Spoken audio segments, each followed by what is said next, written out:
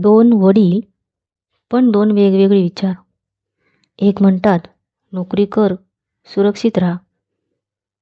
आणि दुसरे म्हणतात शिका आणि पैशांना तुमच्यासाठी काम करायला लावा. पुअर डॅडची विचारसरणी स्थिर नोकरी, पगारावर अवलंबून राहणे, खर्च वाढवून आर्थिक तणावात राहणे.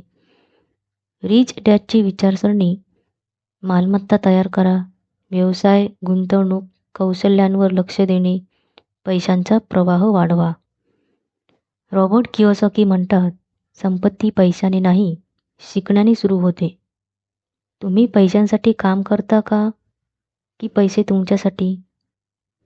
लक्षात ठेवा, ॲसेट्स तुम्हाला पैसे आणतात, लायबिलिटीज तुमच्या खिशातून पैसे काढतात. जास्त दिखावा करणे म्हणजे गरिबीला आमंत्रण. म्हणूनच श्रीमंती नशिबाने येत नाही, योग्य आर्थिक मानसिकतेने तयार होते. तुमचा विचार बदला आणि तुमची आर्थिक स्थिती बदलेल.